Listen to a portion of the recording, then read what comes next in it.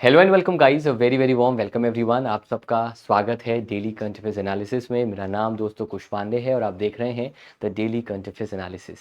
उम्मीद कर रहे हैं आप लोग बहुत बढ़िया होंगे और जब आप ये वीडियो देख रहे होंगे तो मेरी तरह आप अपनी बत्तीसी दिखा रहे होंगे और आप लोग स्माइल कर रहे होंगे। तो एक बार ज़रा फटाफट सब लोग कमेंट सेक्शन में स्माइल कर दीजिए। दोस्तों, ज़िंदगी में थोड़ा सा टेंशन कम लेना चाहिए। मुझे पता है टेंशन है, लेकिन ज़िंदगी कब बीत जाएगी पता नहीं चलेगा। मैं नहीं जानता, मैं मानता हूँ कि हर किसी की लाइफ अलग होती है, लेकिन हमारी चॉइस होती है कि हम कब खुश रहना चाहते हैं। हम छोटी सी बात पे भी खुश रह सकते हैं। तो खुश रहने की लाखों वजह हो सकती हैं या खुश रहने की एक वजह भी काफ़ी है। So a very very warm welcome everyone, आप सबका स्वागत है। आते हैं हमारे आज के क्वेश्चंस पे। क्वेश्चन नंबर 1 पे आते हैं। आरबीआई ने डायरेक्ट किया है बैंक्स को regarding their exposure to capital markets by issuing IPC. इस कंटेक्स्ट में आईपीसी का फुल फॉर्म क्या है? मैंने ये डिस्कशन पहले किया हुआ है आपसे। इसका फुल फॉर्म है इररिवोकेबल पेमेंट कमिटमेंट्स। इसको लेकर उन्होंने बैंक से कहा है कि जो भी आपके एक्सपोजर हैं इन द कैपिटल मार्केट उसे आपको कर्टेल करना है, खास तौर पे आईपीसी को लेकर। कई बार ऐसे एब्रीविएशंस एग्जाम में आते हैं, तो ये एब्रीविएशन मेरे हिसाब से एग्जामिनेशन के लायक हो सकता है। Which company will be the lead arm sponsor of the USA's cricket team in ICC Men's T20 World Cup? इनमें से कौन सी टीम है जो यूएसए की मेंस T20 टीम है, जिसमें उन्मुख चांद नहीं है, जिसमें मेरे बहुत ही फेवरेट प्लेयर थे आईपीएल के कोरी एंडरसन, वो हैं, उन्हें चुना गया है इस वर्ल्ड कप में। तो इसका स्पॉन्सर कौन है इनमें से? आंसर है Amul is the sponsor of that particular team. who has been appointed as the secretary of national jute board. राष्ट्रीय जूट बोर्ड के सचिव के रूप में इनमें से किन की नियुक्ति की गई है? तो उसका आंसर है option A, that is Shashi Bhushan Singh. इनकी नियुक्ति as a secretary of the national jute board के तौर पर अभी रिसेंट में की गई है। Who has been appointed as director general of All India Radio. तो उनका नाम है मौसमी चक्रवर्ती। वो ऑल इंडिया रेडियो की आपकी डायरेक्टर जनरल के तौर पर अब काम करेंगी। Which company has recently signed an MOU with Norway-based Ocean Sun to implement this floating solar energy technology in India? हाल ही में इनमें से किस कंपनी ने भारत में फ्लोटिंग सोलर एनर्जी टेक्नोलॉजी लागू करने के लिए नॉर्वे स्थित ओशन सन के साथ एक समझौता ज्ञापन पर हस्ताक्षर किए हैं? आंसर इसका है option B, that is NHPC limited. ये इसका बिल्कुल सही जवाब होगा बेटा। तो उम्मीद करते हैं रिवीजन हमारा हो गया है। अब आते हैं हमारी खबर पे। खबर पे आने से पहले अगले हफ्ते 15 मई को हम शुरू कर रहे हैं बैंकर बाबू 3.0।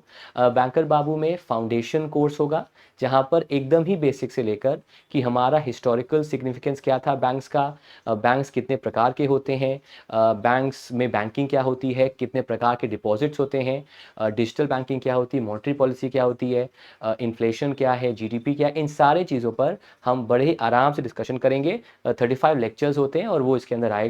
इसके लिए आपको अवेल करना पड़ेगा कुश पांडे एक्सक्लूसिव का पैकेज, जिसके लिए आपको यूज़ करना है कोड KP25 का। ये कोड आपका 14 मई तक वैलिड है, लेकिन first come first serve basis है। मुझे सिर्फ 100 बच्चे चाहिए, मुझे ज़्यादा लोग नहीं चाहिए। उसके बाद मैं ये कोड बंद करा दूंगा, बिकॉज मैं चाहता हूँ वही पढ़े जो सिलेक्शन पाना चाहता है। और अगर आपको ओवरऑल चाहिए तो वहाँ पर KP10 कोड का इस्तेमाल कर सकते हो, जो कोड आपका सब्सक्रिप्शन पे, प्रीमियम सब्सक्रिप्शन पे हर फैकल्टीज के लिए, ओवरऑल सब्सक्रिप्शन के लिए ये कोड आपका इस्तेमाल हो सकता है। आते हैं आज की पहली खबर पे। आईसीआईसीआई बैंक ने एक तोहफा दिया है। मेरे को जब ये खबर पढ़ी ना तो मेरे को गाना याद आया, तोहफा तोहफा तोहफा लाया लाया लाया। इसलिए याद आया क्योंकि एनआरआई कस्टमर्स जो हैं भारत के, मतलब ऐसे भारतीय लोग, ऐसे इंडियन सिटीजन जो देश के बाहर लगातार 120 प्लस कंजिक्यूटिव डेज रहते हैं, उन्हें हम कहते हैं एनआरआईज। ठीक है। तो आईसीआईसीआई बैंक ने कहा है अपने कस्टमर्स से कि उनकी जो मोबाइल ऐप है आई मोबाइल पे, उस पे यूपीआई का इस्तेमाल अपने अंतर्राष्ट्रीय नंबर से भी कर सकते हैं इंडिया में पेमेंट करने के लिए। मतलब अगर वो देश के बाहर रहते हैं, वहां पर भी वो अपनी एप्लीकेशन को, आईसीआईसीआई मोबाइल को, आई मोबाइल को डाउनलोड कर सकते हैं और उस नंबर से भी वो इंडिया में यूपीआई के जरिए पेमेंट कर सकते हैं। So ICICI bank's NRI customers can use the international number to make UPI payment instantly in India. ICICI bank ने इसके लिए एनपीसीआई के साथ कोलैबोरेट किया है। ये ऑफर, ये फैसिलिटी 10 कंट्रीज में है। तो अगर कोई NRI USA, UK, UAE, Canada, Singapore, Australia, Hong Kong, Oman, Qatar, Saudi Arabia में है, तो वो आराम से अब अपने अंतर्राष्ट्रीय नंबर से भी यूपीआई का यूज़ करके इंडिया में जो उसके पेमेंट्स हैं उन्हें कर सकता है। ठीक है, तो एग्जाम्पल के तौर पर, जैसे कि फॉर एग्जाम्पल अगर आप एनआरआई हो और आपकी फैमिली इंडिया में है और इंडिया में कोई पेमेंट आपको करनी है, तो आप उनके बिहाफ पे यूएस पे रह के ही पेमेंट कर सकते हो। बस आपको आई मोबाइल पे को डाउनलोड करना है, नंबर जो रजिस्टर्ड है उसको वहाँ पर पुट इन करना है और फिर पेमेंट आप कर पाओगे। लेकिन इसके लिए कंडीशन है। कंडीशन ये है कि you have to have a NRE और अ एनआरओ अकाउंट। बिना इस अकाउंट के आप पेमेंट नहीं कर पाओगे। जहाँ पर एनआरई का फुल फॉर्म है नॉन रेसिडेंट एक्सटर्नल और एनआरईओ का फुल फॉर्म है नॉन रेसिडेंट ऑर्डिनरी। दोनों में बेसिक सा अंतर है, जो अंतर आपको समझ में आएगा।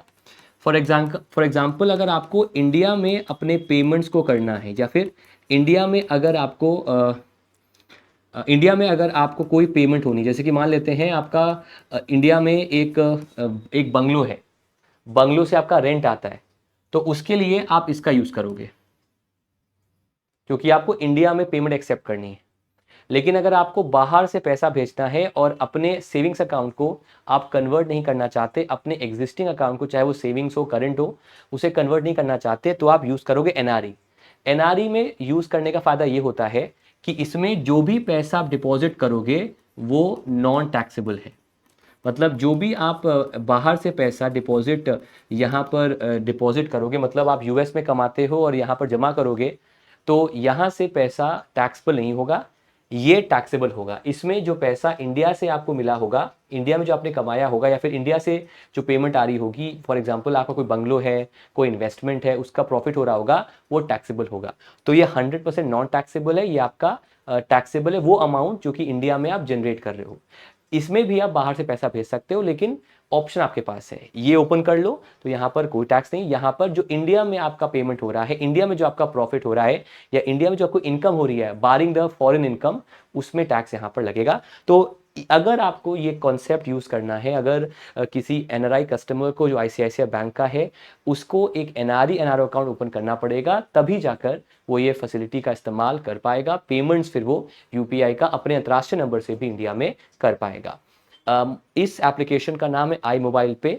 ये एप्लीकेशन अभी आपका न्यूज़ में थी बिकॉज इसमें 1 करोड़ से ज़्यादा कस्टमर्स ने अभी रिसेंट में इस एप्लीकेशन का यूज़ किया था और अपने आप में रिकॉर्ड था। इस वजह से आई मोबाइल पे आपकी जो आई मोबाइल पे जो है वो न्यूज़ में बनी थी। तो अपने इंडियन मोबाइल नंबर रजिस्टर करना है और राष्ट्रीय नंबर किसके जरिए भी कर सकते हैं। तो अब फीचर क्या है कि अब राष्ट्रीय नंबर से भी आप पेमेंट कर सकते हो। उम्मीद करते हैं समझ में आपको आ गया है। सो क्वेश्चन बनेगा आपसे, इनमें से कौन सा बैंक है जिसने अलाउ किया है अपने एनआरआई कस्टमर्स को कि वो इंटरनेशनल नंबर से पेमेंट यूपीआई के जरिए इंडिया में कर सकते हैं? आंसर होगा आईसीआईसीआई बैंक। उसके लिए अकाउंट्स कौन से ओपन होंगे? एनआरओ या फिर एनआरई, नॉन रेसिडेंट ऑर्डिनरी या फिर नॉन रेसिडेंट एक्सटर्नल। फिर एनआरआई कस्टमर्स जो होंगे वो कुछ नहीं करेंगे, स्कैनर होगा, उससे अपने फ़ोन से स्कैन करेंगे और जो जैसा इंडिया में होता है वैसा पेमेंट कर पाएंगे। और फिर दूसरी और बड़ी खबर आती है, अगर हम आज की बात करें तो आज के 3 बेहद ही इम्पोर्टेंट इश्यूज़ हैं। पहला है ग्लोबल वार्मिंग, जिसे हमने नाम दिया है हीट। दूसरा है एआई, आर्टिफिशियल इंटेलिजेंस, जो कि आज की सच्चाई है, आने वाला सच है। और तीसरा जो कि बहुत ही कॉमन है, that is globalisation, the trade and commerce between countries, the relations between countries in terms of supply, in terms of trade. तो इन तीनों मुद्दों पर एक मीटिंग हुई थी आपकी। ये मीटिंग आपकी होने वाली है, 2 से 5 मई को चल रही है।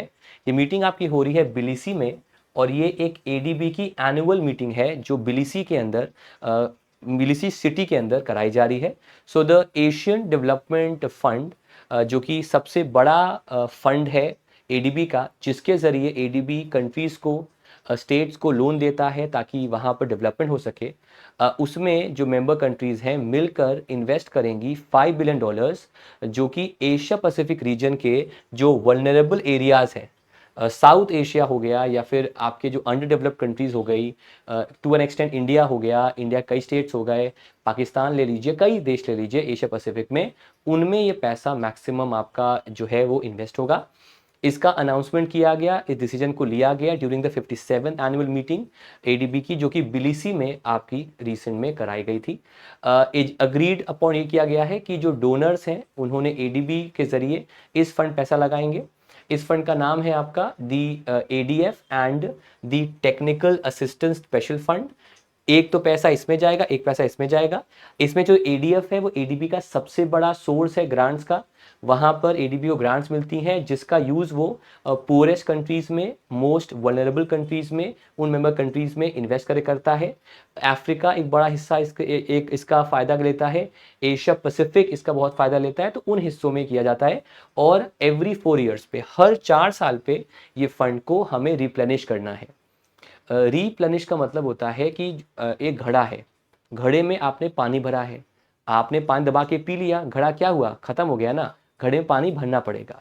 जैसे कि मैं अपनी दादी को रोज सुबह घड़े पानी देता हूँ और रात में घड़ा खत्म हो जाता है, उनके नेक्स्ट डे फिर मैं घड़ा फिर भर देता हूँ, ठीक है, जिससे कि हर दिन पानी नया मिले, स्वादिष्ट मिले और अच्छे से वो पानी पी पाए। एग्जाम्पल दिया मैंने आपको। वैसे यहाँ पर हर 4 साल पे ये फंड को हमें रिप्लेनिश करना होता है, हमें मतलब मेंबर कंट्रीज को, ताकि वो पैसा फिर इन डेवलपिंग कंट्रीज में, पुअर कंट्रीज में इन्वेस्ट हो सके या लोन के तौर पर एडीबी प्रोवाइड कर सके। एडीएफ का ये 14th आपका रिप्लेनिशमेंट है, ठीक है, और सॉरी ये 14th फंड है, माफ करिएगा, और 13th बार इस फंड को हमने रिप्लेनिश किया है। और ये फंड का जो पैसा होगा वो इन्वेस्ट किया जाएगा ड्यूरिंग द 2025-28 पीरियड। इन 4 सालों में इस पैसे को इन्वेस्ट किया जाएगा। और अगर करंट अमाउंट की बात करें, the current amount is 22% higher than the previous replenishment, जो कि $4.1 बिलियन पे था। तो 13 एडीएफ में $4.1 बिलियन था, वो बढ़कर अब आपका $5 बिलियन पर आ चुका है। इससे, और ये अब तक का सबसे बड़ा एक ग्रांट है जो कि इस फंड में एडीबी मेंबर्स ने प्रोवाइड किया हुआ है। एडीबी जैसा हम जानते हैं 14 जो है उसका वो फोकस करेगा स्मॉल आइलैंड नेशंस में, जैसे कि आपका जो करीबियन नेशंस कह लीजिए, फ्रेंच पॉलिनेशिया का रीजन कह लीजिए, जो आपके अलग अलग छोटे छोटे आइलैंड्स हैं उनकी बात कर लीजिए, अफ्रीकन देशों की बात कर लीजिए, उनमें होगा। एरियाज़ की बात करें, क्लाइमेट चेंज को लेकर होगा। जो कंट्रीज़ में कॉन्फ्लिक्ट है, चाहे सीरिया की बात करो, अफ्रीकन देशों की बात करो, इवन यूक्रेन की बात करो, वहाँ पर ये पैसा दिया जाएगा। तो ओवरऑल इसका इंटेंशन ये है कि हम कैसे उन कंट्रीज़ में जो पुअर हैं या वल्नरेबल हैं या उनकी हालत ख़राब है, उनको हम पैसे कैसे प्रोवाइड करें। एडीबी का फुल फॉर्म है एशियन डेवलपमेंट बैंक। एडीबी बना 1966 में। एडीबी में टोटल में 68 मेंबर्स हैं, 49 मेंबर्स आते हैं इसी रीजन से, जो कि एशिया का रीजन है, और बाकी अलग अलग मेंबर्स हैं आपके। और मसात्सुगु असकावा जो है इसके करंट चेयरपर्सन है, और मनीला फिलीपींस में इसके हेडक्वार्टर्स बताए जाते हैं। अभी रिसेंट में 1294 करोड़ का एक ग्रांट उत्तराखंड को टिहरी डेवलपमेंट के लिए एडीबी ने रिसेंट में प्रोवाइड किया था। उस वजह से भी एडीबी जो है वो न्यूज़ में था। एडीबी एक डेवलपमेंट बैंक है, ऐसा ही आपका डेवलपमेंट बैंक आपका वर्ल्ड बैंक है। वर्ल्ड बैंक ने भी अभी रिसेंट में एक हाइब्रिड नोट पेश किया था, जो नोट आपका इक्विटी और डेट, उसमें इन्वेस्टिंग भी की गई थी और उसमें डेट भी दिया गया था। और ऐसा करने वाला ये दूसरा आपका मल्टीलैटरल डेवलपमेंट बैंक है, बिकॉज इससे पहले जो अफ्रीकन डेवलपमेंट बैंक है वो पहला बैंक था जिसने एक हाइब्रिड नोट जारी किया था, जो कि मिक्सचर होता है डेट का और इन्वेस्टमेंट का। वो इन्वेस्टमेंट भी करता है और डेट भी आपका प्रोवाइड करता है। तो उसके बाद वर्ल्ड बैंक वो दूसरा बैंक बना था। आपका होमवर्क है कितना अमाउंट उसने अनाउंस किया है जो कि इस हाइब्रिड नोट में वो जारी करेगा। सिमिलरली दोस्तों मेरे को आप बताइए एडीबी के हिसाब से जीडीपी ग्रोथ कितना है, क्योंकि वर्ल्ड बैंक के हिसाब से जीडीपी ग्रोथ आपका जो है वो रहेगा 6.6% पे। आपको बताना है GDP growth according to ADB कितना है। तो जो मेरे ज़ॉम्बीज़ हैं फटाफट बताइए। देखो यार, सेशन भले आप अभी देख रहे हो लेकिन आपको अभी देखना है, बिकॉज अभी रिवीजन कर पाओगे, और मैं ऐसा पढ़ा रहा हूँ आपको ताकि आपको ऐसा फील ना हो कि लाइव नहीं है, ठीक है, टेंशन मत लीजिए उसका। मैं आपके साथ इस रिकॉर्डिंग में भी हूँ। और भाई साहब हाँ, थोड़ा सा जग जाओ, क्योंकि कल से सेशन आपका 5:45 AM पे आ रहा है। अगर अभी नींद आ रही है सुबह के 8 बजे, तो 8:15 पे करीब आसपास, 8:10 पे आगे क्या करोगे? तो बेटा कल से ना 5:45 का नहीं, कल से 5 AM का अलार्म लगाओ, 45 मिनट्स उठ के पहले उठो, भगवान से प्रार्थना करो कि अब भगवान ने आपको नया जीवन दिया है, मजाक नहीं कर रहा हूँ, थोड़ा सा ध्यान लगाओ, मुंह हाथ धो, हल्का फुल्का खाना खाओ, थोड़ा सा कसरत कर लो, मतलब कुछ मत करो, बस 2-3 पुशअप मार लो, बैठ जाओ, ठीक है, पानी वानी लेके, गर्म पानी लेके, और 5:45 से परसों से, मतलब नॉट परसों, 8 में से मेला लगेगा आपका, 8 से 13 तक। अगर आपको पसंद आएगा उसी टाइम पे हम आगे भी शिफ्ट हो जाएंगे, लेकिन 8 से 13 में तक हम कई लोगों के कहने पर वो सेशन कर रहे हैं, क्योंकि मैं ज़रूरी काम से बाहर गया हूँ, इस वजह से 5:45 AM पे होगा। तो ज़रूर उसको देखना है आपको, कोई भी मिस नहीं करेगा, बिकॉज अगर आपने एक दिन मिस किया तो बहुत पीछे हो जाओगे, मैं आपसे लिख के दे सकता हूँ। तो अगर कंसिस्टेंसी बनी है, बना लो, करंट अफेयर्स को अपने लाइफ का हिस्सा बना लो, इसे एज अ सब्जेक्ट मत मानो बेटा प्लीज़। मैंने मजाक किया था कि करंट अफेयर्स अगर आप यहाँ पिंच करो खून निकलेगा, वो मैंने मजाक किया था, लेकिन बेटा वैसा फीलिंग आना चाहिए, आपके रोम रोम में करंट अफेयर्स होना चाहिए, कि अगर आप घर के बाहर निकलें और कोई चीज़ नोटिस करें तो आपको आइडिया लगे कि ये अभी न्यूज़ में क्यों है। प्रैक्टिकलिटी पर काम करो, प्रैक्टिकल समझने के काम करो, आपके आसपास उसका क्या सिग्निफिकेंस है उसके बारे में काम करो। आगे बढ़ते हैं। इंडियन ओवरसीज बैंक जो है उसने 92 एनपी अकाउंट्स को सेल करने का प्लानिंग किया है, जिसका अमाउंट है 13,472 करोड़। अब यहाँ पर पहला वर्ड आया एनपीए।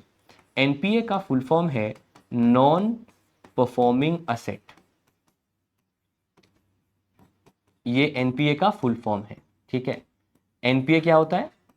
जब कोई लोन या लोन का अमाउंट, जिसमें दो हिस्से होते हैं, एक होता है प्रिंसिपल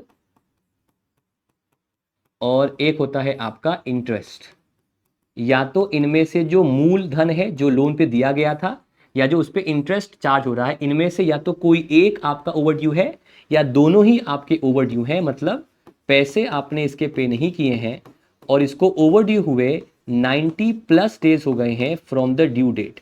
जिस दिन पेमेंट होना था उसको बीते अब 90 डेज से ज़्यादा हो गए हैं, ऐसे लोन को हम एनपीए कहते हैं, ठीक है। अब अगर एनपीए रिकवर करना है किसी भी बैंक को, तो सबसे पहले चेक करना पड़ेगा कि जो लोन दिया गया है वो क्या है। क्या लोन सिक्योर्ड लोन है या क्या लोन आपका अनसिक्योर्ड लोन है।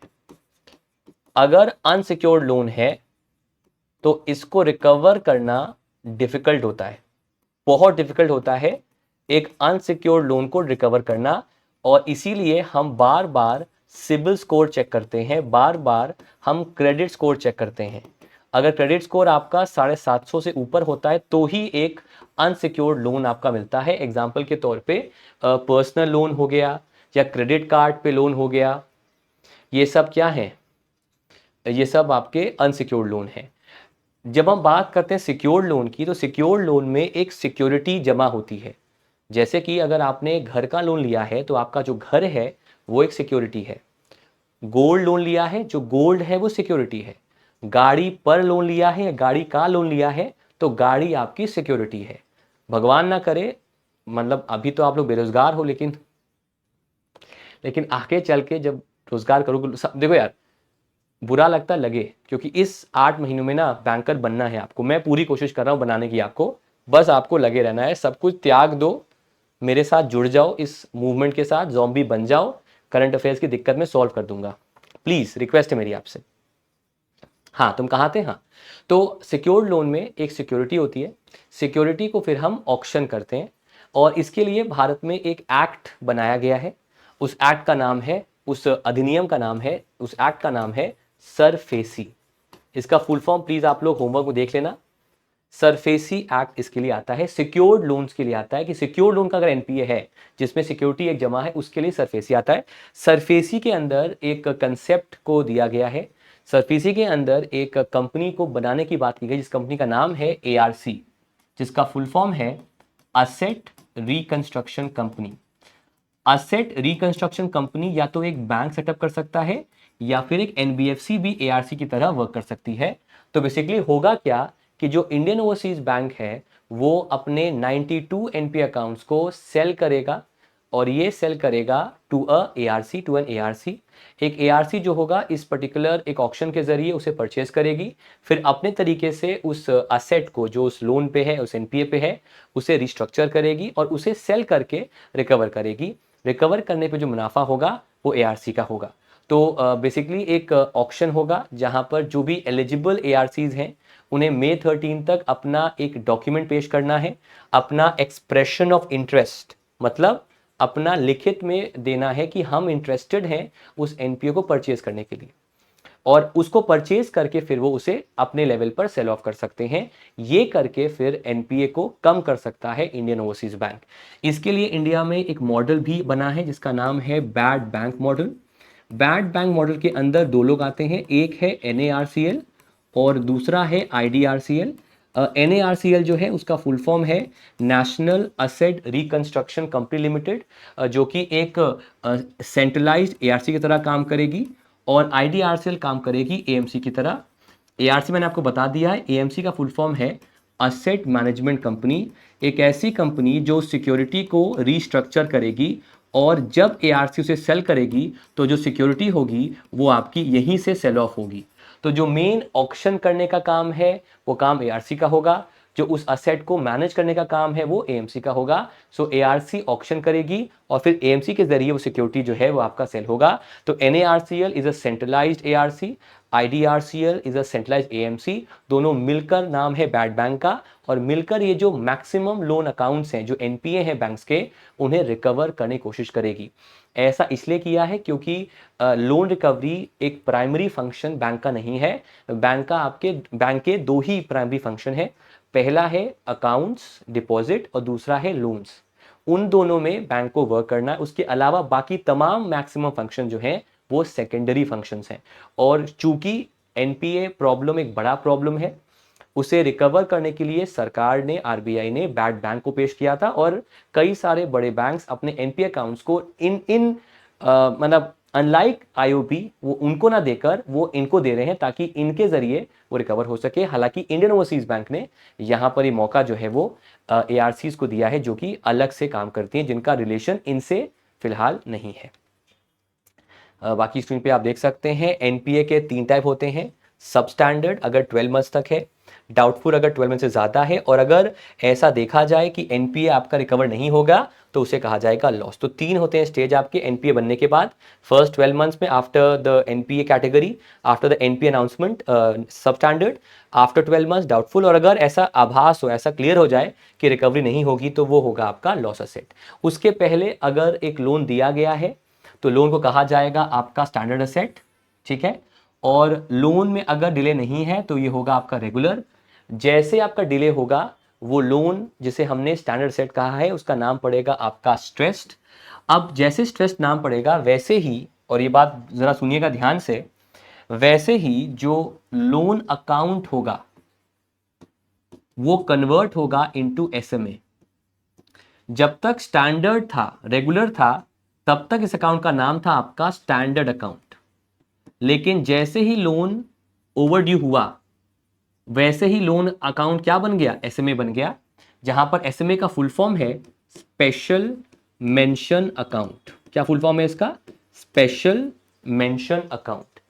इसमें क्या होता है, इसमें इस अकाउंट को हम अलग से फिर मैनेज करते हैं, हम मतलब बैंक अलग से मैनेज करता है। पहले 30 डेज तक अकाउंट का नाम होगा एसएमए 0, नेक्स्ट 30 डेज तक एसएमए 1, और लास्ट 30 डेज तक मतलब 61 टू 90 डेज तक एसएमए 2। सवाल आपका आएगा सर उसके बाद क्या होगा?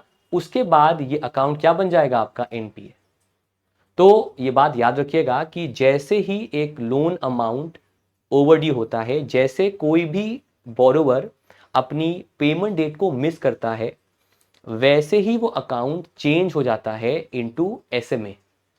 फर्स्ट 30 डेज में कुछ कंडीशंस होंगी। मान लेते हैं जो प्रोविजनिंग है बैंक की, जो रिजर्व रखा है बैंक ने रिकवर करने के लिए पैसा, वो बढ़ा देगा।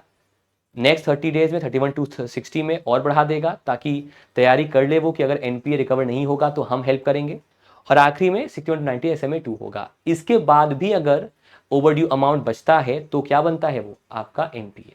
तो पहले स्टैंडर्ड एसेट होता है, ओवरड्यू होगा, स्ट्रेस्ड होगा, स्ट्रेस्ड असेट होगा तो अकाउंट जो लोन अकाउंट था स्टैंडर्ड, उसका नाम क्या पड़ेगा, एसएमए।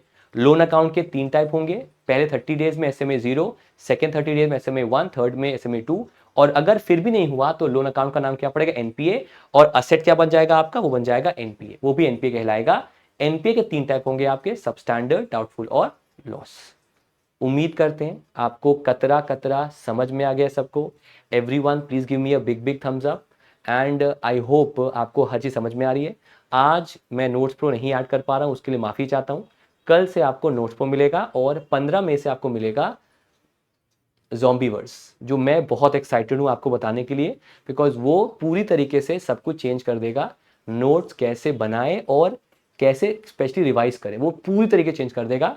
तो 15 मई को जो सेशन शुरू होगा उस दिन से, मतलब अभी अगर प्रॉब्लम आपकी 10% है वो बचेगी नहीं, ये मेरी गारंटी है आपसे। चलिए आगे बढ़ते हैं, नेक्स्ट पे चलते हैं। फिर दोस्तों आते हैं, दुनिया की बात करते हैं। WHO जो है उन्होंने एक रिपोर्ट पेश की है ऑन दी ग्लोबल इम्यूनाइजेशन, उसको लेकर एक रिपोर्ट को उन्होंने पेश किया है। ये रिपोर्ट जो है वो पेश की है WHO ने और इसे रिलीज किया गया है during the world immunization week. ये हफ्ता आपका चलता है 24 से 30 अप्रैल के बीच और इसी हफ्ते में रिपोर्ट को पेश किया गया है। रिपोर्ट में कहा गया है कि पिछले 50 ईयर्स में 154 मिलियन लाइव्स को सेव किया गया है और इम्यूनाइजेशन या फिर अगर मैं कहूँ वैक्सीनेशन या oral vaccination, it is the single greatest contribution of any health intervention to insuring healthy lives of babies. मतलब खास तौर पे बच्चों की जो स्वास्थ्य है, बच्चों का जो स्वास्थ्य है उसे बचाने में, उसे बेहतर करने में, उसे हेल्प करने में सबसे बड़ा जो एक एडवांटेज मिला है, सबसे बड़ा जो कंट्रीब्यूशन है वो इम्यूनाइजेशन का है या फिर वैक्सीनेशन का है। उसकी वजह से सबसे ज़्यादा फायदा खास तौर पे दुनिया के बच्चों को हुआ है। जैसे कि अगर हम बात करें मीजल्स का तो 94 ऑफ दी 154 मिलियन लाइफ जो हैं उनको बचाया गया है सिंस 1974 बिकॉज ऑफ मीजल्स। ठीक है, करेंटली अगर हम बात करें तो जो पहला डोज होती है मीजल्स की 83% बच्चों को मिलती है, सेकेंड डोज मिलती है 74% बच्चों को मिलती है और इससे जो नंबर ऑफ मीजल आउटब्रेक्स हैं, जो खसरे का एक खतरा है, वो खतरा आपका कम हो जाता है। तो मीजल्स पे हमने वर्ल्ड के दुनिया के देशों ने WHO के माध्यम से भी ओवरऑल काफ़ी सफलता अर्जित की है। फिर डीपीटी वैक्सीन आती है या डीटीपी वैक्सीन आती है, डिप्थीरिया, टेटनस और पर्टूसिस। ये सबको हो सकती है। अगर जंग खाए सामान से अगर आप हिट होते हो तो टेटनस लगता है, वरना वो अंग आपका खराब हो सकता है, वो एरिया खराब हो सकता है। तो इनको लेकर भी 84% जो इन्फेंट्स होते हैं, जो नवजात बच्चे होते हैं, उनमें 3 डोज इनका लग जाता है। तो अगर 100 बच्चे हैं, 100 में से 84 बच्चे को ये वैक्सीन लग जाती है। अभी भी 16% एक लैक्यूने है, एक डिज़ायर है जो कि हमें इम्प्रूव करना है, उतना हमें अभी इसके अंदर आगे बढ़ना है। फिर अगर हम बात करें इन्फेंट डेथ्स का तो 40% रिडक्शन हुआ इन्फेंट डेथ्स का ड्यू टू 14 डिजीज।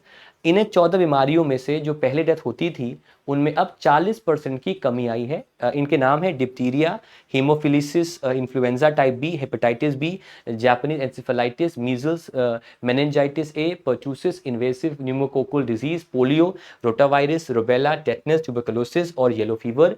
इन सब बीमारियों में भी जो डेथ होती थी बच्चों की, उनमें 40% की यहाँ पर कमी आई है। इसके अलावा पोलियो वायरस को लेकर स्पेशली दुनिया ने काफ़ी अच्छा किया है। वाइल्ड पोलियो वायरस केस जो है वो 99% डिक्रीज हो चुके हैं if you compare that to 1988।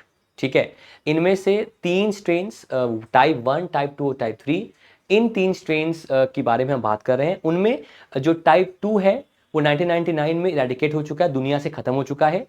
जो टाइप 3 है वो 2020 में ख़त्म हुआ है। तो टाइप 2, टाइप 3 दुनिया से अब कंप्लीटली ख़त्म हो चुके हैं। मैक्सिमम देशों में अब पोलियो वायरस के केसेस नहीं आते हैं। तो इस पे तो मैं भी मान सकता हूँ। अगर मुझे याद है बचपन में अमिताभ बच्चन जी का एक ऐड आता था, 2 बूंद जिंदगी के।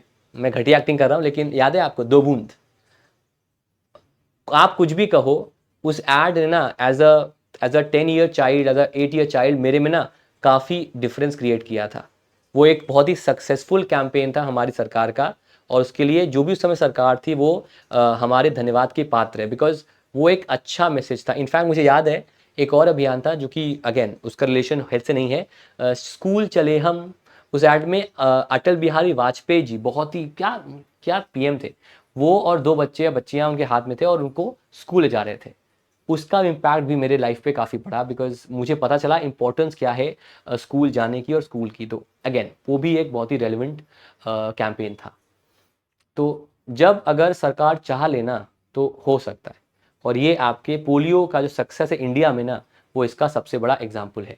WHO का फुल फॉर्म है वर्ल्ड हेल्थ ऑर्गेनाइजेशन। 7 अप्रैल 48 को बनी थी। जिनीवा में हेडक्वार्टर्स हैं, और टेड्रोस अधनम को अभी कुछ महीने पहले री इलेक्ट किया गया है। He has been re elected again as the director general of the world health organization. अब देश की बात करते हैं। अब देश की बात करें तो अ, एक बहुत ही प्यारा सा वर्ड है, बहुत ही क्रिटिकल वर्ड है आपकी जानकारी के लिए। उस वर्ड का मतलब है एक्सकर्जन, जिसे हम कहते हैं घुसपैठ। ऐसे आरोप लगे हैं, इनफैक्ट कई सारे ऐसे नंबर्स सरकार ने भी पेश किए हैं जहां पर एक साल में 400 से अधिक बार चाइनीज़ लोगों ने, चाइनीज़ के फोर्सेस ने या उनके फोर्सेस ने इंडिया में घुसपैठ किए, एरिया को एक तरह से कवर किया है। उनमें ही ये खबर आ रही है कि जो पाकिस्तान ऑक्यूपाइड कश्मीर है, इन दी जो कि जहाँ पर एक जगह है शंगजम वैली, वहाँ पर चाइना एक रोड बना रहा है और इंडिया ने इसे प्रोटेस्ट किया है। बेसिकली हुआ क्या है कि 1963 में, 1963 में ये जो आपका सोंगजम वैली है, इसे पाकिस्तान ने चाइना को दे दिया था, और वैसे भी इंडिया इसको नहीं मानता है। इंडिया इसको क्रेडिट नहीं मानता, इंडिया इसको इस पर्टिकुलर अग्रीमेंट को पाकिस्तान चाइना का नहीं मानता है। तो इंडिया ने प्रोटेस्ट किया कि ऐसा आप कैसे कर सकते हैं। आप स्क्रीन पे देख सकते हैं कि हम इस एरिया की बात कर रहे हैं, जो कि पीओके का एरिया है, जिसे पाकिस्तान ने चाइना को 63 में दे दिया था। अब यहाँ पर एक रोड बनी है जिसका अपोजिशन इंडिया ने फिलहाल अभी दोस्तों किया है। ठीक है जी। और इंडिया ने ये जो अग्रीमेंट था बाउंड्री का 63 का, उससे अपोज भी किया था। और उसका रीज़न एक और भी है, और अगर आप ध्यान देंगे तो यहाँ पर आप ध्यान देंगे तो इसके बगल में सियाचिन ग्लेशियर है, जिसे दुनिया का सबसे ऊंचा बैटलफील्ड कहते हैं। तो अगर यहाँ पर रोड बन रही है, अगर यहाँ पर रोड बन रही है, तो जाहिर सी बात है उसका नुकसान, उसका एक रिपरकशन इस एरिया में भी आएगा, जाहिर सी बात है।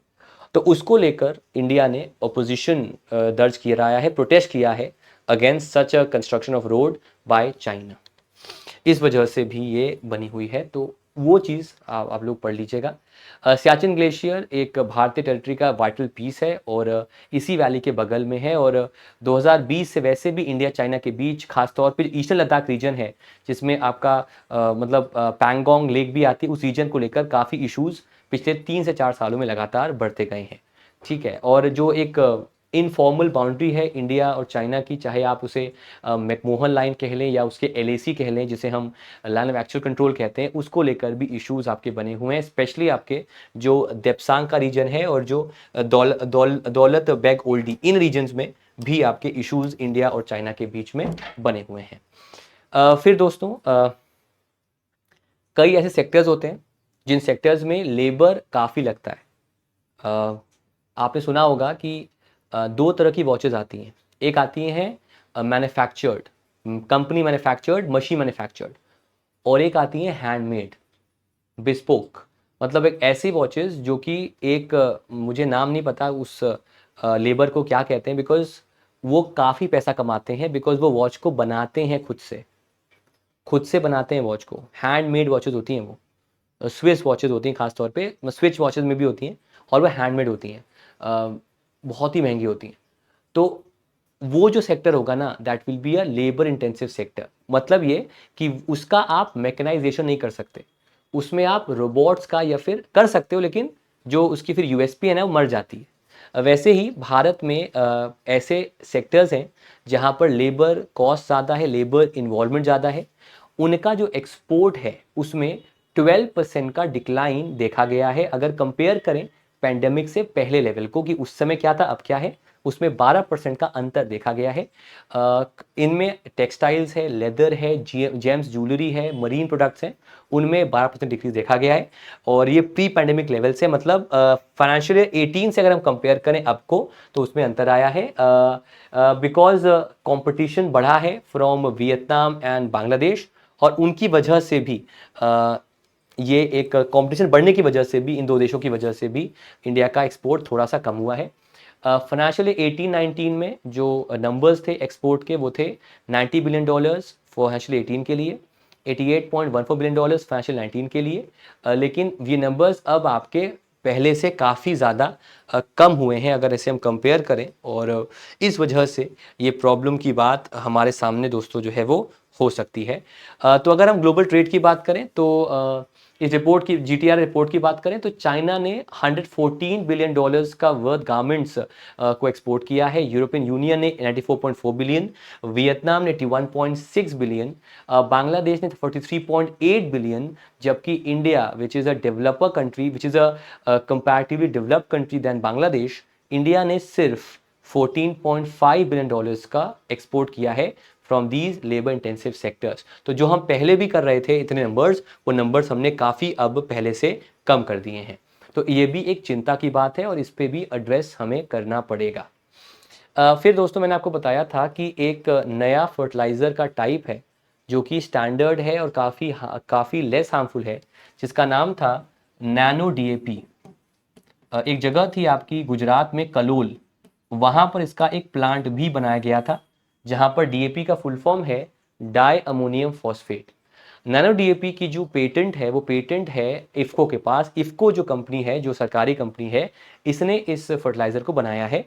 अब इसे गवर्नमेंट ने अप्रूवल दिया है कि ऐसे ही 2 नए फर्टिलाइजर्स को बनाएगी जो कि नैनो टेक्नोलॉजी पे बेस्ड होंगे। इनके नाम है, पहला नाम है नैनो लिक्विड जिंक और दूसरा है nano liquid copper, and these will be the 2 new nano tech fertilizers apart from the nano DAP launch by IFFCO. ये प्रोडक्ट से जो डेफिशिएंसीज है स्टैंडर्ड जिंक और कॉपर में एग्रीकल्चर क्रॉप्स में, उन कमी को पूरा करेगा, और चूंकि ये बेटर होंगे तो प्रोडक्टिविटी भी अपने आप बेटर हो जाएगी। So after nano DAP we have nano copper and nano zinc, जिसको भी इफ्को ही रिसेंट में लॉन्च करेगा। जिंक के बारे में बताऊं तो जिंक एक बेहद ही क्रूशल माइक्रोन्यूट्रिएंट है, एक एंजाइम का फंक्शन करता है और प्लांट को ग्रो करने में, डेवलप करने में हेल्प करता है।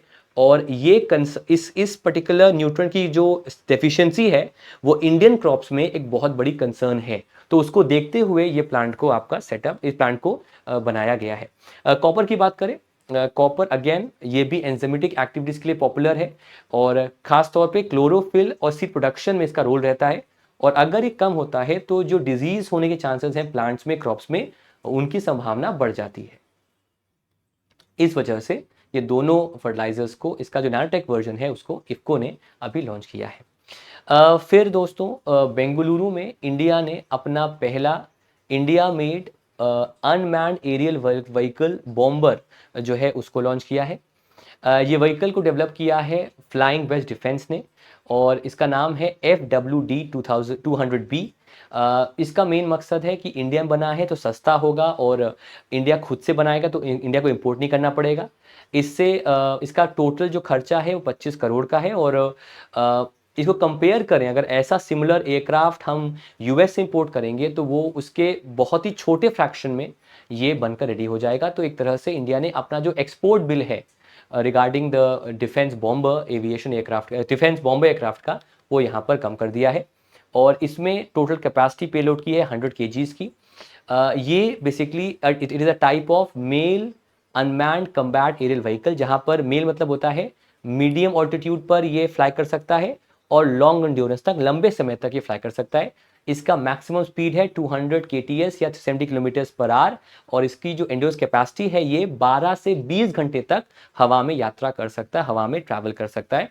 तो इंडिया का जो पहला इंडिजिनस यूएवी बॉम्बर है, जो एक अनमैन्ड, बिना किसी ह्यूमन इंटरवेंशन, बिना किसी ह्यूमन प्रेजेंस के आप रिमोटली उसे मैनेज कर सकते हैं, वो बॉम्बर, इसका नाम है FW200B। उसे बेंगलुरु में लॉन्च किया है बाय फ्लाइंग वेस्ट डिफेंस, और इसका कॉस्ट सिर्फ आपका 25 करोड़ का है। 12-20 आवर्स का इसका जर्नी है और 200 किलोमीटर्स पर 370 किलोमीटर्स पर आवर इसकी स्पीड पहुंच सकती है। ठीक है, इसके हाँ बस बाकी आप स्किप कर सकते हो, आगे आगे बढ़ते हैं। कंपनी जो है उसको एक सर्टिफिकेट मिला था from the centre for military airworthiness and certification, that is CEMILAC, और इसके मिलने के बाद ही उसने ये जो एक प्रोडक्शन है इस बॉम्बर का वो उसने करना शुरू कर दिया था। ओके कितने लोगों ने कैंडल देखा है? जवाब दीजिएगा। मोमबत्ती कहते हैं जिसे, सबने देखा होगा, है ना। कैंडल कैसे बनता है? कैंडल बनता है कैंडल वैक्स से, और कैंडल वैक्स में सब्सटेंस क्या है आपका? सब्सटेंस है आपका पैराफिन या प्राफिन, जो भी कह लीजिए।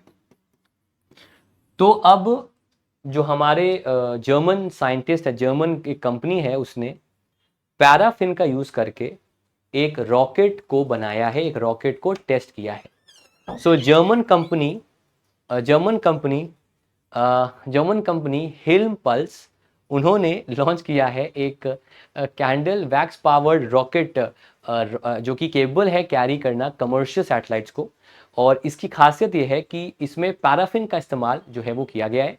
ये रॉकेट का लेंथ है 12 मीटर्स का, इसका 2.5 टन का वेट है, और इसका नाम है SR-75। और ये सैटेलाइट्स अप टू 250 kgs को at an altitude of 250 kilometres तक ट्रैवल कर सकता है। और जैसे मैंने आपको कहा कि इसका जो फ्यूल है वो अब आपका पैराफिन है, जिसे हम कैंडल वैक्स कहते हैं, उसके साथ लिक्विड ऑक्सीजन है। इनके मिलकर ये इस फ्यूल का यूज़ करके इसे हम इसका प्रोपल्शन हम कर सकते हैं। पैराफिन जो है वो एक चीपर और एक सेफ ऑल्टरनेटिव है अगर कंपेयर करें बाकी फ्यूल से, और इससे जो कॉस्ट है सैटेलाइट ट्रांसपोर्टेशन की, उसमें 50% तक का सेविंग हो सकता है। तो पैराफिन के ज़रिए, पैराफिन यूज़ करके अब सैटेलाइट्स को भी हम रॉकेट लॉन्चर के ज़रिए लॉन्च कर पाएंगे। ऐसा ही कुछ किया है जर्मन में, और उस रॉकेट का नाम है उस पर्टिकुलर रॉकेट का नाम है SR-75। आगे बढ़ने से पहले मैं एक बार फिर से रिमाइंड कर दूं आपके लिए, जो लोग को बेसिक से पढ़ना है, फाउंडेशन से पढ़ना है, 35 लेक्चर्स का मेरा एक सेशन आने वाला है 15 मई से। उसका नाम है बैंकर बाबू 3.0। KP25 उसका कोड है, आपको रट गया होगा। आपको नहीं लेना है मत लीजिएगा, किसी और को भी दे दीजिएगा। अगर आपको सबका एक साथ लेना है तो KP10 का इस्तेमाल करें, वो कोड का इस्तेमाल करके आप बैंकर बाबू का बैच अवेल कर सकते हैं।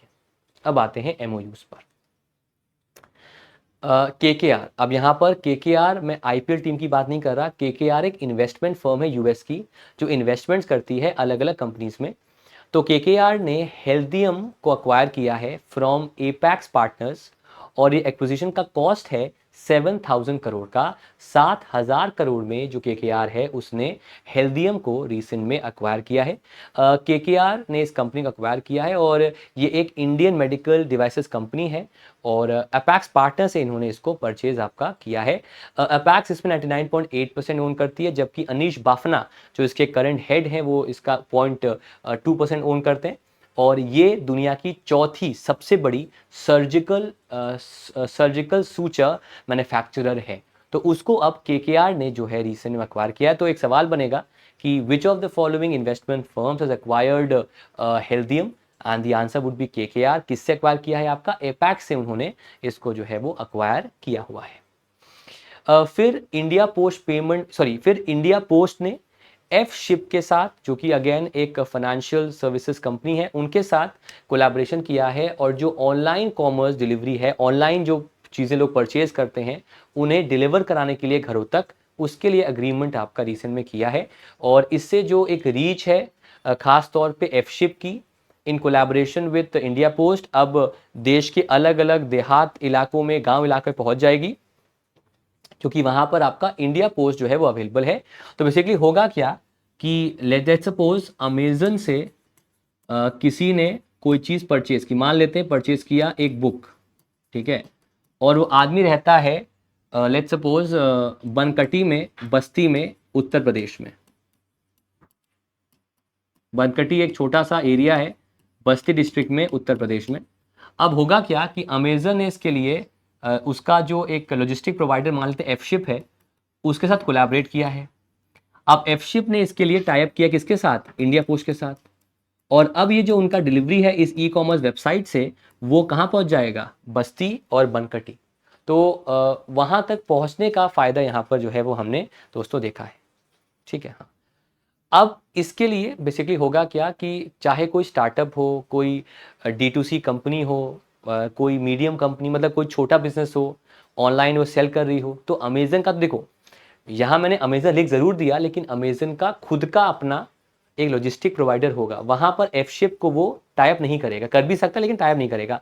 एफशिप बेसिकली सपोर्ट करेगा छोटी कंपनीज़ को, क्योंकि छोटी कंपनीज़ भी अपना ऑनलाइन बिज़नेस करती हैं। अगर आपने सुना होगा इंस्टाग्राम पे कई सारी बड़े-बड़े कई सारे पेजेज़ हैं, जहाँ पर आप कोई चीज़ परचेज़ करते हो, तो आप तक कैसे पहुँचेगा? उसके लिए एफशिप आएगा पिक्चर में, और एफशिप ने इसके लिए इंडिया पोस्ट के साथ कोलैबोरेट किया। उनके साथ मिलकर वो स्पीड पोस्ट के ज़रिए या अपने अपने नेटवर्क के ज़रिए अलग-अलग इलाकों में, बहुत ही इंटीरियर इलाकों में भी डिलीवरी ई-कॉमर्स परचेज़ की पहुँचाएगा। उसके लिए ये कोलैबोरेशन रिसेंट में हुआ है। फिर दोस्तों कल के दिन हमने 4 मई को हमने ऑब्जर्व किया इंटरनेशनल फायर फाइटर्स डे, अंतर्राष्ट्रीय अग्निशमन दिवस।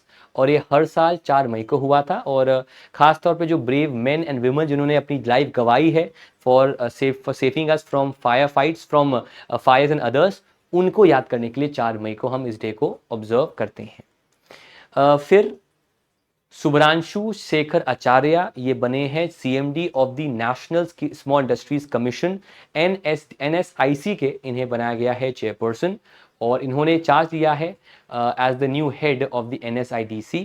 और ये SIDBI के फॉर्मर CGM रह चुके हैं, और अब ये NSIDC के CMD के तौर पर काम करेंगे। विपुल गोयल जो कि जॉइंट सेक्रेटरी हैं एग्रो एंड इंडस्ट्री डिवीजन के, उनकी जगह अब ये CMD बनेंगे of this particular body, that is the NSIC। फिर दोस्तों PDM CEO भवेश गुप्ता ने रिज़ाइन किया है, और वो अब CEO ऑफिस में एडवाइजर की तरह काम करेंगे, और CEO की तरह वो आपका अब काम नहीं करेंगे।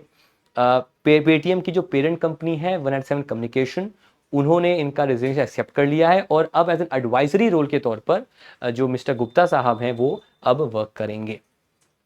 फिर करीना कपूर जो हैं, उन्हें यूनिसेफ इंडिया ने अपना नेशनल एम्बेसडर घोषित किया है। ये रोल के तहत उनका ये रोल वैसे 2014 के साथ था, जब उन्होंने एज सेलिब्रिटी एडवोकेट काम किया था, और अब यूनिसेफ के कई प्रोग्राम्स को इंडिया में पॉपुलर करने के लिए वो इंडिया एम्बेसडर के तौर पर अब यूनिसेफ के साथ वर्क करेंगी। इनका नाम है करीना कपूर खान। मल्लिका नंदा, इन्हें बनाया गया है chairperson of the special Olympics Asia Pacific advisory council, और 3 साल के लिए बनाया गया है। मल्लिका जी जो हैं, मल्लिका नड्डा जी जो हैं, ये वाइफ हैं JP नड्डा साहब की, जो BJP के राष्ट्रीय अध्यक्ष हैं, और she has been serving as a chairperson of the special olympics Bharat committee since 2021, और अब ये इसी कमिटी की प्रेसिडेंट के तौर पर अब 3 और सालों के लिए ये अब special Olympic Asia Pacific advisory council के चेयरपर्सन के तौर पर अब 3 सालों के लिए और ये वर्क करेंगी। फिर एक हाईली कंटेंशियस, एक हमेशा सुर्खियों में रहने वाले एक पॉलिटिशियन है यूके के, उनका नाम है सादिक खान, जो कि लंदन के फॉर्मर मेयर थे। लंदन के मेयर थे, इन्हें फिर से लंदन के मेयर के तौर पे चुना गया है। तो London mayor Sadiq Khan was re elected to the post, making the Labour Party leader third consecutive victory in the mayor elections. Pakistan origin के ये लीडर हैं, और ये पहले मुस्लिम मेयर बने थे 16 में of London, in fact of any major western capital, और अब ये लगातार तीसरी बार लंदन के मेयर के तौर पर वर्क करेंगे। फिर जो लोग नहीं जानते हैं, इन लोगों ने मूवी देखी होगी, बहुत ही प्यारी मूवी है लॉर्ड ऑफ द रिंग्स और टाइटैनिक। उसमें एक एक्टर थे, उनका नाम था बर्नार्ड हिल, उनकी डेथ हुई at the age of 79। So Titanic and Lord of the Rings Return of the King actor, he has passed away. उनका नाम था Bernard Hill. Recently he has passed away at the age of 79। फिर sports पे आते हैं। Japan ने हराया है, जापान ने जीता है इवन AFC अंडर-23 एशियन कप, और ओलंपिक बर्थ अंडर-23 का उन्होंने क्वालिफाई किया है, और उन्होंने डिफीट किया उज़्बेकिस्तान को इन अ नेल बाइटिंग फाइनल, और ये हुआ था फाइनल आपका दोहा कतर में। और इसी के साथ उन्होंने 2024 के पेरिस ओलंपिक्स है, उसमें उन्होंने दोस्तों जो है वो क्वालिफाई किया है। So Japanese men after defeating Uzbekistan in the AFC Under-23 Asian Cup, have now qualified for the 2024 Paris Olympics. फिर चाइना ने थॉमस एंड उबर कप, ये एक तरह से वर्ल्ड कप होता है बैडमिंटन का, दोनों ही ट्रॉफीज को इन्होंने जीता है। इंडिया, अगर आपको याद होगा तो इंडिया की जो एक टीम थी उसने आज से एक साल पहले जीता, लेकिन इस बार चाइना जीता दोनों cups. Chinese badminton team has conferred domination in the sport by winning not only the men's Thomas Cup but the women's Uber Cup as well. ये फाइनल आपका खेला गया in Chinese city of Chengdu और इन्होंने इस championship को आपका जीता है। और थॉमस एंड उबर कप जो है वो हर 2 साल पे होता है और इससे वर्ल्ड की जो गवर्निंग बॉडी है BWF से कराती है। आपका होमवर्क है कि फाइनल्स में इन्होंने किनको हराया, किनको हराकर मेंस में और किनको हराकर विमेंस में इन्होंने इस चैंपियनशिप को आपका जो है वो जीता। इसका आंसर आपको हमें कमेंट सेक्शन में देना है। न्यूज़ कनेक्टर्स पे आते हैं। ICICI बैंक ने एनआरआईज को अलाउ किया है कि वो national numbers for UPI India में कर सकते हैं। ADB जो है वो रिप्लेनिश करेगा $5 billion for investing in developing countries. इन ओवरसीज बैंक सेल करेगा 92 NP accounts having 13.72 crore rupees loan accounts loan outstanding. एक रिपोर्ट आई है ऑन ग्लोबल इम्यूनाइजेशन जिसे WHO ने पेश किया है।